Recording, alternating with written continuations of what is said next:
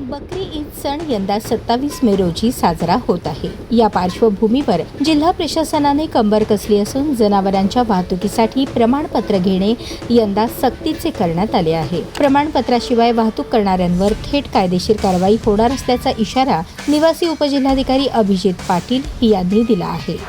बकरी ईद निमित्त जनावर वाहतुकीसाठी प्रमाणपत्र बंधनकारक, प्रशासनाची कडक भूमिका।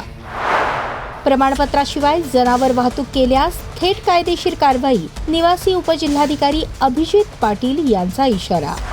गाय, वळू, बैल यांच्या कत्तलीस व वाहतुकीस कायद्याने कडक बंदी, जिल्हा पशुसंवर्धन विभागाची माहिती। बकरी ईद कुर्बानीसाठी फॉरेस्ट मटन मार्केटमध्ये विशेष व्यवस्था, महापालिकेकडून पाण्याचे टँकरही उपलब्ध। सोलापुरात आधुनिक कत्तलखाना उभारण्याची मागणी, अल्पसंख्याक आयोग व सामाजिक संघटनांचा आग्रह। बकरी ईद शांततेत पार पाडण्यासाठी प्रशासन सज्ज, पोलीस, पशुसंवर्धन व पर्यावरण विभागाचे संयुक्त पथक तैनात।